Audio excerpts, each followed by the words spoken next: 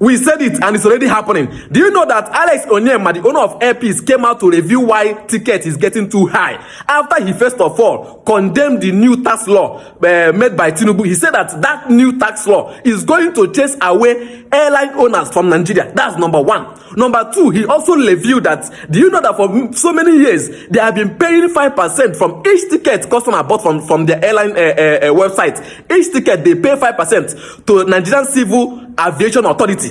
And not just that, Onyema, the owner of Air Peace, also complained that they are not allowed to repair their own aircraft, that Nigerian authority repair it by themselves, and by doing so they charge them a lot of money, because from there they extort them a lot of, they spent a lot of money to repair damaged aircraft, which they would have spent less if they allow them to repair their own aircraft by themselves. And they have been agitating, saying that they should allow them to repair their own aircraft by themselves. And besides, sometimes they end up damaging their aircraft, which they bought each more than $85 million.